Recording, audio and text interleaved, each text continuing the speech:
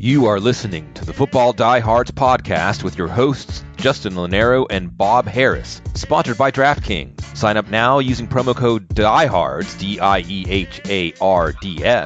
Make a first-time $5 deposit, and you'll receive a free $3 ticket. Hello and welcome to the Football Diehards podcast. I'm your host, Justin Lonero. Took a couple of weeks off, and I am joined this evening by my co-host, Mr. Kyle Dvorchak, at Kyle Tweets here on Twitter. Mr. Bob Harris will not be joining us tonight, which is very rare, but he is with us in spirit. Kyle, it's week 17. Wow. I know you've been busy. I've been busy. Life is busy. The season is nearly concluded, but there's still fantasy sports. DFS gives a little revitalization. Big slate on DraftKings. The main slate is 15 games. Season-long leagues are toast, although I have been getting some tweets about sit and starts, which is kind of unusual. Yeah, but, you play in a bad league that you need changes to be made if you're still playing Week 17. Like, imagine having the foresight to draft Lamar Jackson and not getting to use him in your championship. What, like, my lord. Right. I looked at the numbers today. I think I tweeted something out about it. Deshaun Watson was QB2. Lamar Jackson was obviously QB1. Jackson almost had 100 points on him, which is just absolutely crazy. And it's a nice thing to see. You know, you and Bob were optimistic about him this year, and he really was a beautiful thing to watch. So, but here we are. How you doing? Not bad. Yeah, it's a weird slate, probably the one with the most information edge because we have all 15 teams, but there are we have all 15 games, but there are a lot of them at least a lot of teams we can kind of just rule out or at least take a lot of precaution with. So I'll run those down real quick. I'll try and see if I can hit every team that has nothing to play for and has said that they won't be playing their starters. So let's see here. All right, the first one, the Bills, they have said that they'll play most of their starters, but maybe only for half. It's possible we see Josh Allen get pulled by halftime. I'm really not. They're locked into the 5 seed. They have no reason to play for anything except to get extra reps. So I'm not. You won't find me playing any Bills. I probably wouldn't be playing them anyways, but this can pretty much rule them out. Outside of that, we have Houston will know whether or not they can jump seeds from, I think they can get to the 3 seed if Kansas City loses. Kansas City plays early, Houston plays later, so they'll probably know, and it's unlikely that Kansas City loses. So they will likely at that point have nothing to play for. I think Deshaun Watson said, he said he was in limited practice and said he has no clue if he's playing or not. Usually when you hear that, I don't think we're going to see many Houston players, if at most for a half. Outside of that, let's see. Kansas City are playing, they could jump into the 2 seed, but it is, the Pats would have to lose to Miami and they're 16-point favorites, so I would think, yeah, by like halftime we will probably know whether Kansas City, or they will probably know whether they need to keep fighting to win or not, or whether it matters at all. So we could see them maybe, they're still massive favorites, Kansas City are though, so the Vegas line seems to think that they'll play 3+ quarters. Outside of that, everyone is either playing for seeding or already 100% eliminated. Let's see. Tennessee could potentially know by the time they start. I believe they're 4 o'clock. They could potentially know whether or not they are locked in because the Steelers could lose, and I think the Colts need to win for Oakland to get in. So both those teams play at 1. They could potentially both lose, and Tennessee knows they're in. That's probably the bulk of it. Other teams, basically everyone's playing for nothing, but some teams like, let's see here. I think we have, Carolina has said they have no plans to do anything other than what they've always done, so they're trotting out McCaffrey for the full 4 quarters. Nick Chubb is chasing the rushing title. Washington has already said Dwayne Haskins won't play, so I wouldn't be surprised Terry McLaurin limited practice also maybe not playing, so it seems mostly based on the game being meaningless. Haskins said he wants to get back in the game. Dan Snyder and the medical staff said no. Seems like they made that decision again. Could get it again with Terry McLaurin. Outside of that, that's probably the bulk of it. Oh, and of course, at the bottom of the list here, I have the Ravens already locked in the 1 seed. Lamar already announced that he's sitting, or that John Harbaugh did. Ingram already sitting, and I'd be shocked if we get a full game out of the guys like Marquise Brown and Mark Andrews. I'd be shocked if we get full games out of these guys. Only other records I have are like Jameis Winston chasing 5,000, Austin Eckler chasing 1,000 yards receiving. Yeah, that's most of it. So I think Oakland would also know if I'm assuming they're a 4 o'clock game, they would also know if they need to play or not. Although led by Gruden, I don't think they care. They're probably going to play everyone who's healthy. So that's the bulk of it. Do you have any major takeaways from this? I don't. I think it's a good slate to attack. There's a lot of allure when you look at it because there is 15 games and you don't really need to get too cute, but there's a lot to like. And I've been doing more like combing through the numbers and seeing what players are doing. You just mentioned Nick Chubb chasing the rushing title. When you look at his stats, it's like, wow, Kyle, the season's gone by, almost 1,500 rushing yards right now. I was looking at Christian McCaffrey's statistics a couple hours ago, and he's 67 yards. 67 yards from being a 1,000-yard receiver. Yeah, he's also 215 from the scrimmage title. For most players, it doesn't seem within range, but for McCaffrey, I mean, 215, he can do it, man. So wouldn't be mind blowing if he hit the yards from scrimmage record. 1,000, like you said, I think they're going to make it a very much a point to get him to 1,000. Same with Austin Eckler. He's also not, he's like even farther away, but still reasonable. 90 yards back from the rushing title, except him and Chubb still both have to play. So that's probably the most of the records. So I guess we can hop into it. A bunch of teams like New England, New Orleans, Philly, Green Bay, Kansas City to some extent. Some of these teams all have like win and they get improving seed scenarios. So a lot of teams still motivated. And I think the NFL maybe or maybe not kind of puts a lot of these games the way they are to get all of the starters or as many of the starters as possible in. So let's kick it off. DraftKings.com/NFL. What are you doing on the giant main slate at quarterback? I don't think that you need to get too cute. Right off the bat, I think Dak Prescott is in a position where it's really essentially do or die for the Dallas Cowboys. Have been a monumental disappointment by and large. I think dollar for dollar, he's projecting as one of the better quarterbacks this week, 6,300. My favorite quarterback, I think dollar for dollar is Aaron Rodgers at Detroit. They're chasing the 1 seed. You know, this is a team that when we look at them on the surface, and we knew Matt LaFleur was going to come in and run the football. Aaron Jones is coming to his own too, but I feel safe at Aaron Rodgers sub 7K for certain in cash games. I think he can go to Detroit and really tune them up. So that's where I'm at tonight. I mean, again, it's an enormous slate, and I feel like you can get cute when you go way down in terms of tournaments. I'm looking at Baker Mayfield way down. Kyler Murray at Los Angeles, but there's 3 names in cash games, and it's going to be, and again, I think it would be Patrick Mahomes, permitting. We knew he was going to play four quarters. We never mind spending $7,200 on him. I think it's going to be Aaron Rodgers. I do like Jameis Winston. I mean, Kyle, as bad as Jameis Winston can be every week, you know, this guy finished quarterback 4, and he turns at 31 touchdowns, 28 picks. The fantasy numbers just come. So you don't necessarily have to be good to give us constant fantasy production. And that's what Winston does. So he's going to throw the ball 50 times. It's a pretty good matchup, 6,600. I'm there. A little hesitant on the Daniel Jones of the world. I do like Carson Wentz. I think he's in a good spot against the Giants. Obviously, that wide receiver core is decimated, but he's utilized the tight ends as well, and Miles Sanders is coming to his own.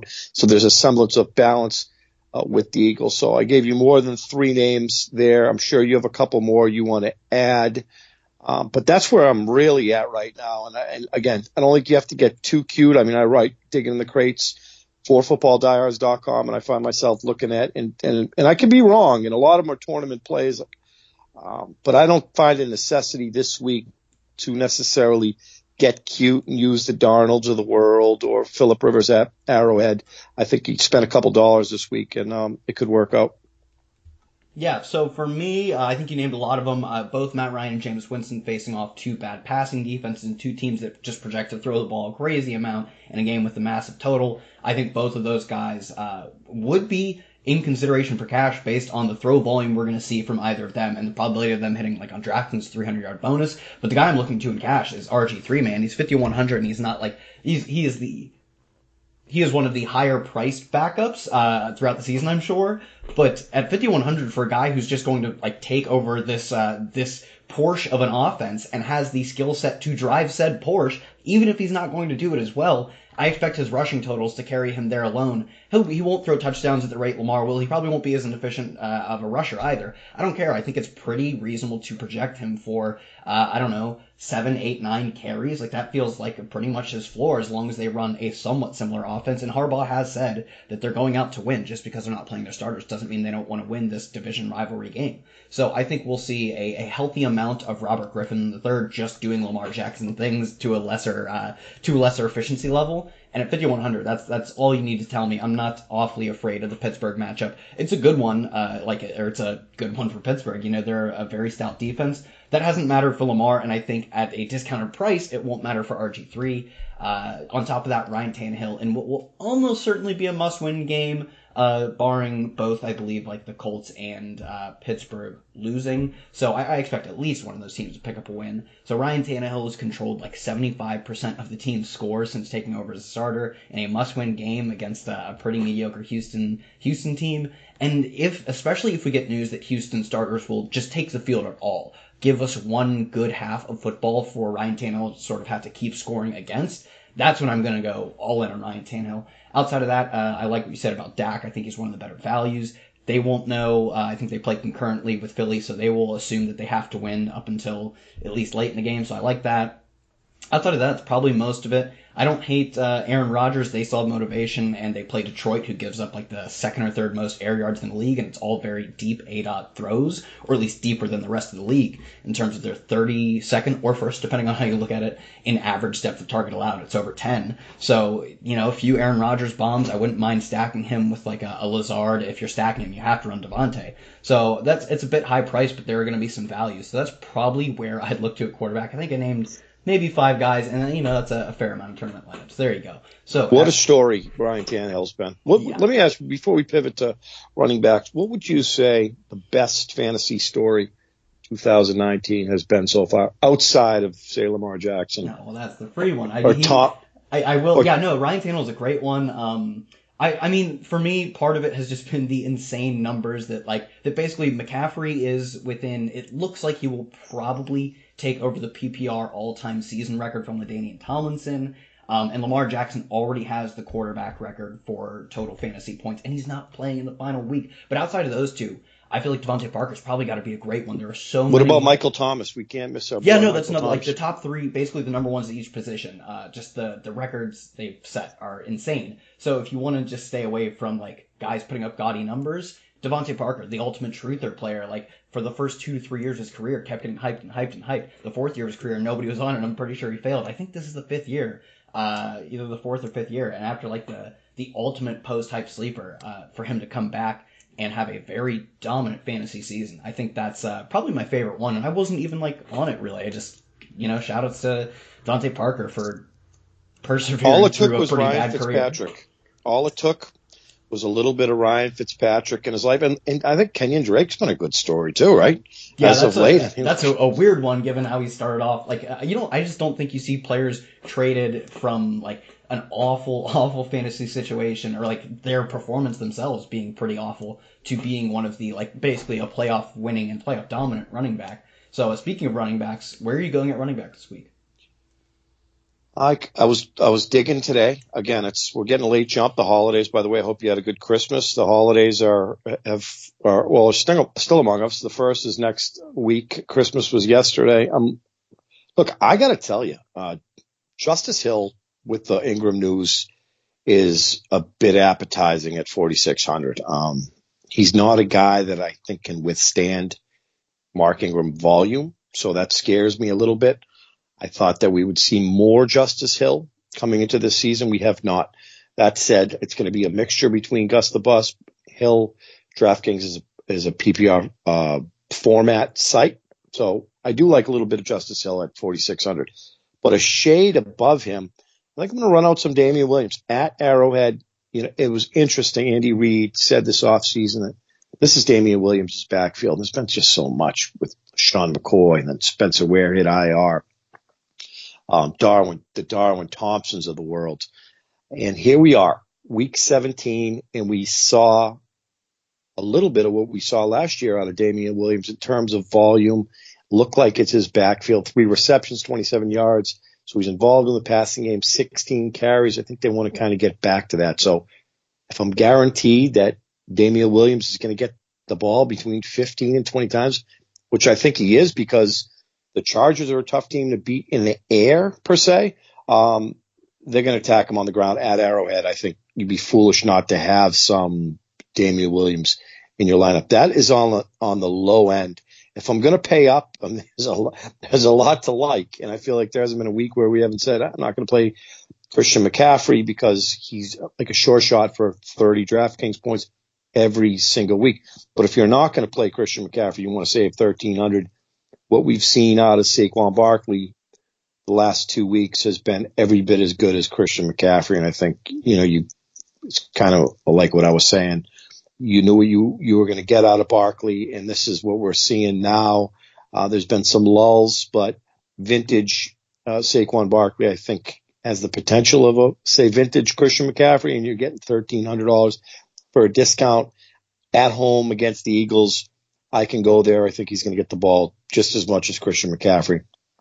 A couple more players I'll talk about is Ezekiel Elliott. I think 8K feels safe to me. Every time I roster Ezekiel Elliott, he has that 35-point upside, but I think he's nearly 20 DraftKings points every time he steps on the field. This is a situation where they need to win. So I think dollar for dollar on the higher end of things, I think that Zeke is firmly in play. Kind of skeptical about Derrick Henry. Came back to earth against Houston week 15. No involvement in the passing game, so that concerns me every time we play Derrick Henry. But he's human, so I'm certainly not going to go there. We look at the players like Joe Mixon and Chubb; their prices have come up. Again, volume backs. It's nice to see some bell cows back in the NFL, and I will have exposure to both based on the opportunity. In fact, I think you can make a case to play Mixon and Chubb in the same lineup, and that could work out if you're not going to pay for Saquon Barkley or Christian McCaffrey. We've seen guys like Miles Sanders' price come up, which is, I think, justified at this point. I mean, it's been a long time coming. I think this is what the Eagles wanted when they drafted Miles Sanders. I think in season-long leagues next year, you're probably going to have to take him round 3, early 3, if I was to guess today. It's his backfield. So a lot of options at running back. You have the Ecklers of the world. I'm going to let you talk about some of these players, but and I'm interested to see what you have to say. But right now, to me, it's going to be Saquon Barkley, obviously Christian McCaffrey, Ezekiel Elliott, and I do have some interest in the Chubbs and the Mixons of the world. And those guys, Mixon and Chubb, is basically, you want to talk about like volume. These guys are getting the football as much as McCaffrey and Barkley, and you're talking about a $3,000 difference off of McCaffrey when you talk about Chubb and Joe Mixon. Yeah, there are a few guys in there that you mentioned that I like a lot. I'll start with 2 players who were chasing records, which I mentioned earlier, but I do think, like we saw last year, as Week 17, George Kittle, the entire team knew that he was chasing the all-time receiving yards in a season for a tight end record. The entire team knew that. There are clips on the sideline of them celebrating him when the catch that he gets it on. They knew it, and they schemed specifically to get him that because they had nothing else to play for. I think we will see that specifically from 2 players I think are going to get schemed the ball somehow more on purpose. One, Christian McCaffrey. I would lock him in for the 1,000 season. Would you say he needs 67 yards? Yeah, he's locked to get that. There's no way they aren't going to scheme him to get that. And not only are they going to try to get him that, as 13-point underdogs to the Saints, the game script sets up perfectly to get him there. I think even in tournaments, I'll probably be overweight on him. Another receiving back going for 1,000 yards, Austin Eckler, going for one of the most efficient. I think he's number 3 in yards per target all time as a running back in a single season. He is 50 yards away. Another player, because of both game script and scheme, I think you can lock in to get 1,000 yards on the through the air. And he's just massively efficient. He doesn't need a ton of volume to get there. But given that they are 9-point underdogs to Kansas City, he should at least get a large amount of passing volume. So those are 2 guys who will have a lot of. Nick Chubb, the game script just sets up pretty well for him. 2.5-point favorites against Cincinnati. Even though Kareem Hunt has been back, I believe it's been 7 weeks. He's hit the 100-yard bonus 4 times. He leads the league in 100-yard bonuses. and he leads the league in rushing. So I think he is just a safe bet for 100 yards. He's at least the safest bet this season for 100 yards. And against the Bengals, who are a bottom 5 rush defense, that feels like pretty much a smash spot. I'm interested to see what Devonta Freeman's ownership would be. He could be a solid tournament pivot off of the Falcons' passing attack, especially because he can get there on the ground. Although Tampa Bay's ground defense is pretty awesome, he could still get there through the air, and a running back through the air isn't super highly correlated if you want to use him as a pivot option off of Matt Ryan, because he's mostly going to get there off of getting a ton of catches, not a ton of yards, and not like a massive amount of touchdowns like Julio Jones would be massively correlated with Matt Ryan. So he's one more guy I would go to. Outside of that, I think it'll be interesting. I probably won't get here, but it's not a bad thought for Miami. I believe Myles Gaskin got put on IR, and they are 16-point dogs to New England. It sets up perfectly for Patrick Laird. They brought in Samaje Perine, a name I never thought I would hear again. Cannot catch the ball for his life, so I think they're going to have a ton of Patrick Laird out there on third downs and when they're trailing a lot, which according to Vegas should be basically the entire game. So maybe the post-hype sleeper for Patrick Laird, a little bit of a bounce here on him. Outside of that, I think that's most of it. Alvin Kamara looks to be chalky. I'll probably be with the field on him because he is in a great spot against Carolina. My only worry is if they get up big, which they are projected to get up big according to Vegas, that he doesn't play the full game. But they do have to play this game. They need a win here to secure a bye week, or maybe other teams could lose to get him there. But a win does nail them down to at least the number 2 seed. So I think he is in line for a pretty solid day against just an awful Carolina rushing defense. That's probably the bulk of my where my running backs are going to go. How disappointed are you with Alvin Kamara this season? I mean, did you draft him round 1 in best balls? Did you find yourself gravitating that way? When you look at it, 79 receptions, 758 rushing yards, only 4 total touchdowns, which kind of seems it is disappointing. But do you find yourself, have you rostered him a ton on DraftKings? Did he burn you in season? A little bit in decent weeks, thinking I would get a bounce back, but it sort of happened last week. But running backs crushed last week. Like his 29 points did not guarantee you any big tournament wins, so that didn't really matter too much. It was a fine week and you weren't hurt by it, but you weren't crazily helped by it. And now his ownership is consistently, everybody's trying to buy low on Alvin Kamara, so that's probably why I'll just stick with the field on him. I still think he can break slates, but everybody thinks he can break slates. I don't think you get a massive edge by rostering him unless you go extremely overweight, allocate 40 to 50% of your ownership to him is how you double the field. So yeah, and I didn't have a ton of him in best ball or anything because I thought touchdown regression hits everyone at some point, and I just thought there were better picks around him, namely Christian McCaffrey. I just can't see he wasn't even the 101 in drafts. That was insane to me that he went beyond the 101. We got him third in Scott Fishbowl. Yeah, so I was more around next year going receivers. So speaking of receivers, which I drafted a lot of, and it didn't win me a ton unless I was getting Michael Thomas. Where are you going at receiver this week? How do you get away from Michael Thomas? I mean, do you? I mean, is he going to play? Is he a sure shot? He's got the record. He was limited in practice with a hand injury. Yeah, he's got the record, so he's not really chasing anything. He's just extending his record. He's going to at least barring any setbacks with this apparent hand injury, I would imagine he starts if they're killing them. I don't know if he finishes, but if they sort of like Lamar Jackson, I imagine if they kill the Panthers, you probably get at least 1 score out of Michael Thomas. So I think he'll at least get enough work that you can play him. I don't know that I can justify a $10K price tag at this point in time. It would behoove them to be very cautious with him heading into the postseason. But I think that Davante Adams is your lock and load guy, obviously, right? I mean, this is what we've been waiting for. Did not get a full season out of Davante Adams, arguably the wide receiver 1 heading into August and September and drafts. I got a lot of them in the first round, as well as Michael Thomas. Kind of in that scope. 8K, I'm there. And this is a game where Aaron Rodgers is going to sling it, and he's going to rely on him. I feel like 29 targets last 2 weeks. Aaron Rodgers relies on Davante Adams as Drew Brees does with Michael Thomas. When they get going, both of them are forces to be reckoned with. So I think Davante Adams is a lock given the situation, given the opportunity. I mean, very, very similar guys in my mind, and you could argue either of them are the best wide receiver in the NFL when healthy, but I would easily put both of them in the top 5 for certain tonight.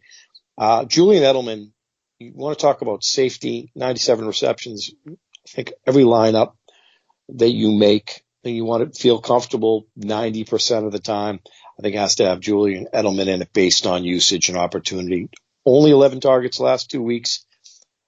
Tom Brady has gone elsewhere, but you can rest assured Julian Edelman's going to have 10 targets nearly every single week. We love his price at 7,300. I think they're going to smoke Miami at home. I think this is a Julian Edelman week. Probably lock in 20 to 22 DraftKings points. I'm fine with him right there. Little nervous about Devontae Parker. I think you could use him in tournaments. I will take Stephon Gilmore over Devontae Parker every single time. They are dinged in that Patriots secondary, so I think Devontae Parker would be an interesting tournament play, and you'd probably be the only one that will own him. When you go down, it is, I think, Amari Cooper. We talked about Dak Prescott. I think if you're going to run a stack, I think Amari Cooper it would behoove you to have him in the same lineup. Kind of boom or bust with Amari Cooper, but in tournaments, I can envision having some Amari Cooper for certain. This is a position that's certain. Did you know, by the way, Keenan Allen has 95 receptions. Talk about a more quiet wide receiver that does it every single year. Keenan Allen, just 6,100 this week at Kansas City. Rapport obviously built in with Phillip Rivers. I could have myself some Keenan Allen every single week. You mentioned the Bills and not playing them. I would agree. When you look at what Cole Beasley's done, poor man's Julian Edelman, you could go there if I was certain that he was going to play.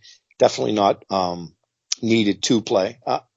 I will have Odell Beckham, Jarvis Landry in lineups. They're 5,700. Kyle, Odell Beckham is 5,700. Jarvis Landry is 5,900 on DraftKings. Not the way we envision things going. I think that it would behoove you to have some Browns in your lineup this week. It's one of these teams that they do not care at this point. I could see Baker Mayfield go ham against the Cincinnati Bengals. So again, and I say this every single week, it's a position where you can really differentiate yourself, and this is no different this week. I'll give you two cheapos. I like Justin Watson with Chris Godwin, Mike Evans out. Brashad Perriman's price is elevated, rightfully so. This is a kid that's had 20 targets over the last 3 weeks, sliding in opposite of Brashad Perriman. Talk about Winston. We know he's going to throw the football. Not a lot of a ground game in Tampa Bay. So give me some Justin Watson, sub 5K. I think I'm there based on that game script. And one more player I will give you is Deontay Johnson in Pittsburgh, kind of a tournament flyer. 22 DraftKings points week 16, 25 week 14. I know Juju Smith-Schuster's healthy. Didn't really matter last week. James Washington has shown slight splashes. Doesn't matter. I think Johnson's a stud. I love his price tag at 4,800. Who are you on this? Oh, one more, Kyle. And I don't want to, I know you're like, Justin, will you shut up? Hunter Renfrow, 4,500. Talk about a Cole Beasley. You talk about Julian Edelman. I think this is a guy here, Kyle, that can have 80, 90 receptions next season with Derek Carr. Underneath, kind of a safety valve. Just this is what teams are doing. I think every team yearns for that Wes Welker, kind of Jarvis Landry player, Julian Edelman type of player. I think Renfro's that guy. Has had some injuries, but last week we saw him against the Chargers. I mentioned how they were stout in the secondary, 7 receptions, 107 yards, touchdown, 9 receptions. We're going to chase that. I think your boy Tyrell Williams will probably get the Chris Harris treatment in Denver. So it's a perfect opportunity for Hunter Renfrow, 4,500.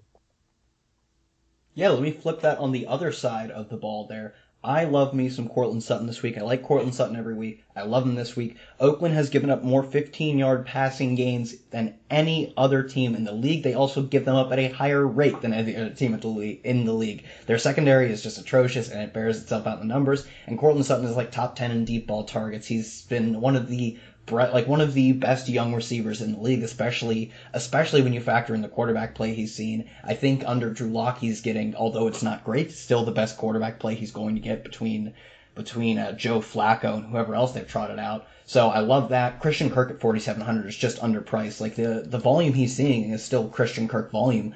Since every game, after his giant explosion week, he's still averaging 7 targets a game. He's playing a majority, playing almost every single one of the team snaps. like it doesn't always come together in the horizontal air raid, but when it does, like we've seen with Kirk in prior weeks, it's incredible. And his ownership projection is looking rather low for a guy who I have projected as one of the better value players on the slate. So I'll be all over Christian Kirk. And LA already said they're not playing Jalen Ramsey. I think there have been, I guess this is something I didn't mention at the top, but the reports on the Rams playing their starters is still pretty mixed. I don't know if we'll see a full slate of them. That already is bearing itself out with Ramsey, and it could bear itself out with other defensive players for them. So I love Kirk.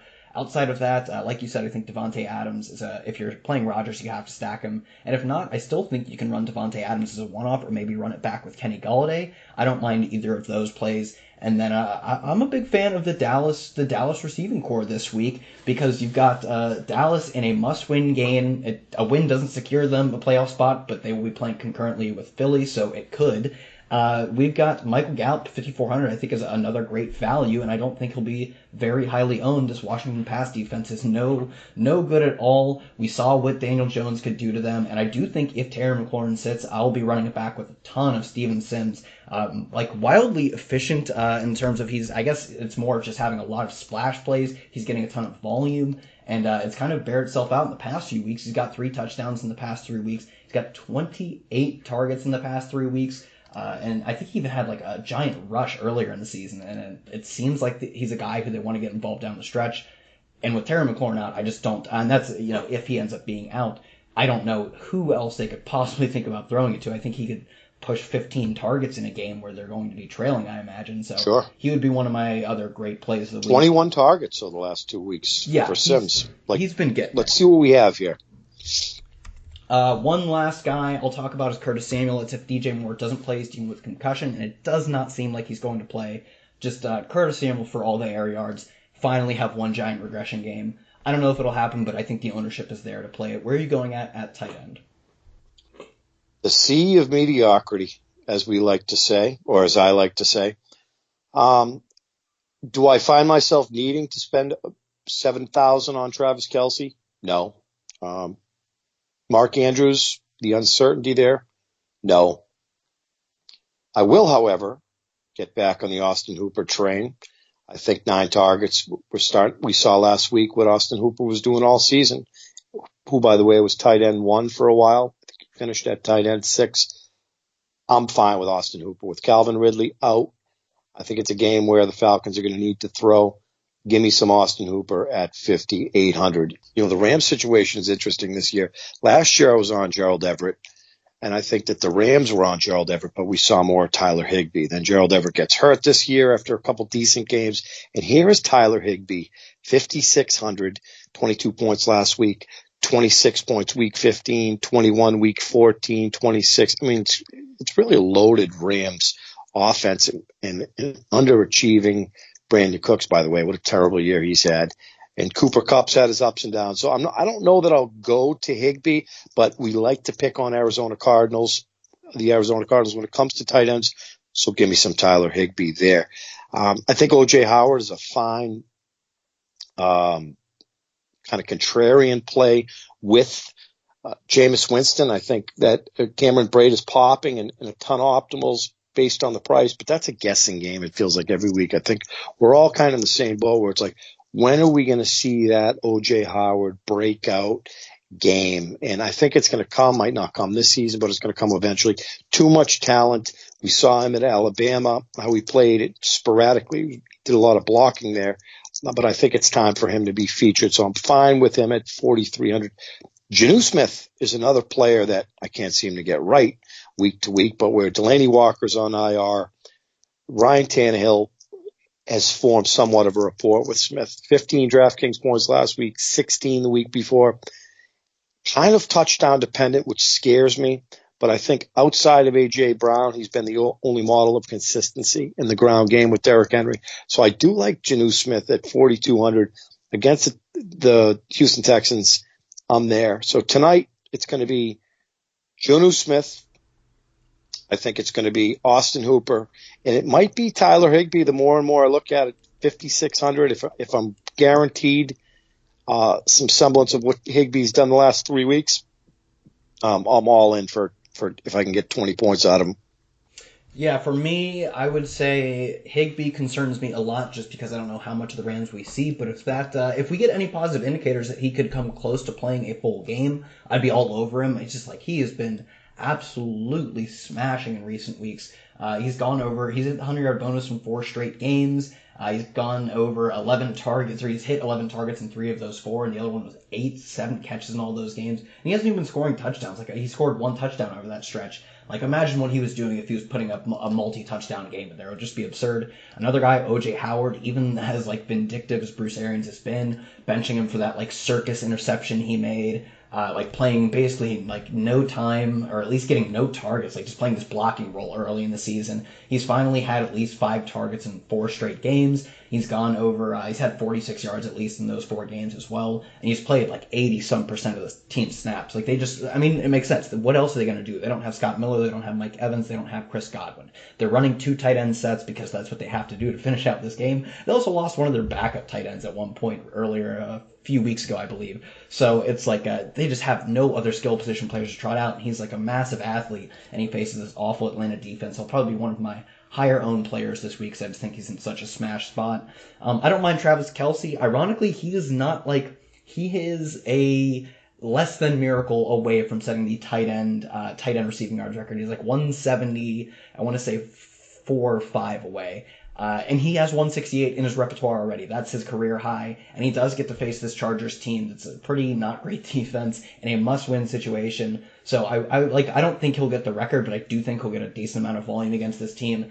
So I don't hate him. And for my final spot, if you're going to pay up, I think one of the more contrarian ways to do it might be Jared Cook, who's just stepped into this massive role since coming back from his injury. He's like been one of their only integral parts of their offense. So I just think he at 5,200 is able to pay off that value, and I doubt many people will be on him. And especially if you just run him alone, you run him back with McCaffrey, I think it's a good way to get your McCaffrey lineups unique. And it's also a good way to get off of guys like Michael Thomas or Alvin Kamara, who I expect, like Alvin Kamara, everybody has been trying to buy low on him. I don't think you'll see that ownership with Jared Cook.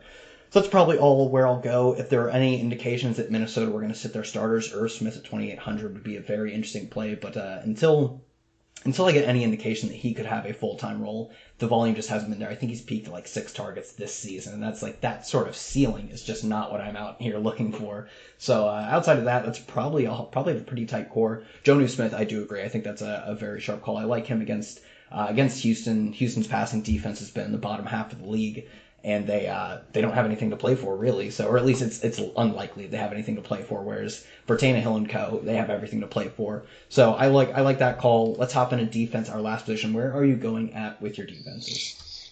It's pretty. I'm looking at it now, and I was at the game the other day, and the Patriots game. And you look at this unit; they have come back to earth. More recently than at the beginning of the season. Remember, we were talking for the first 6, 7, 8 weeks. The 3 of us were on the show going, this team is unbelievable. This defense is just unbelievable. It's 20 points every single week. We hadn't seen anything like it. I'm not opposed to spending $4,300 for the Patriots at home, but I've seen them do some things over my days where I've been disappointed by the Patriots. So in Ryan Fitzpatrick, the former Harvard grad, comes into town. Worries me, gunslinging, but he is prone to a couple turnovers. So I could pay up, which I'm not crazy about doing, or I could spend $3,200 on the Rams at home. I know we talked Ramsey's not playing. I think this is a defense that has been stout against the pass, a little better against the run. They are 3rd in the league, I believe, with 49 or 50 sacks. So they're getting at the quarterback, and the Arizona Cardinals are going to run a ton of plays. So give me the Rams at home. They've had a couple minus weeks, which I don't like, but I think this is a team. Obviously, we don't like minus weeks, Kyle, but I think at home, this is a team that can get us comfortably 9, 10 DraftKings points, and I'm fine at 3,200. A lot of talent on the defensive side of the ball with the Rams. I'm right there. Yeah, for me, there's one team in particular I do really like this week. If I'm not playing RG3 in a lineup, I think I'll just run the reverse of that with the Pittsburgh defense. They are 2nd in the league in sacks, and RG3 has a career sack percentage of 9.2%, I believe.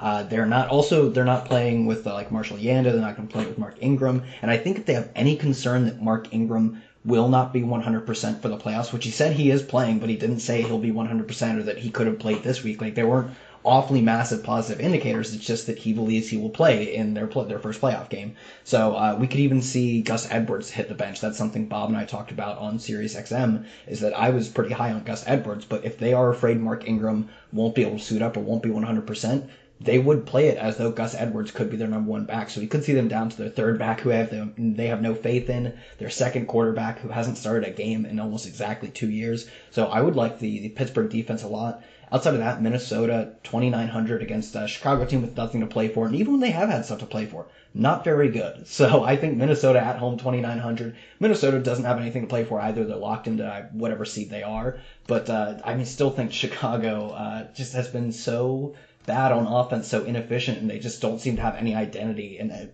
Mitchell Trubisky's not good. So many things I love to attack in an offense in Chicago.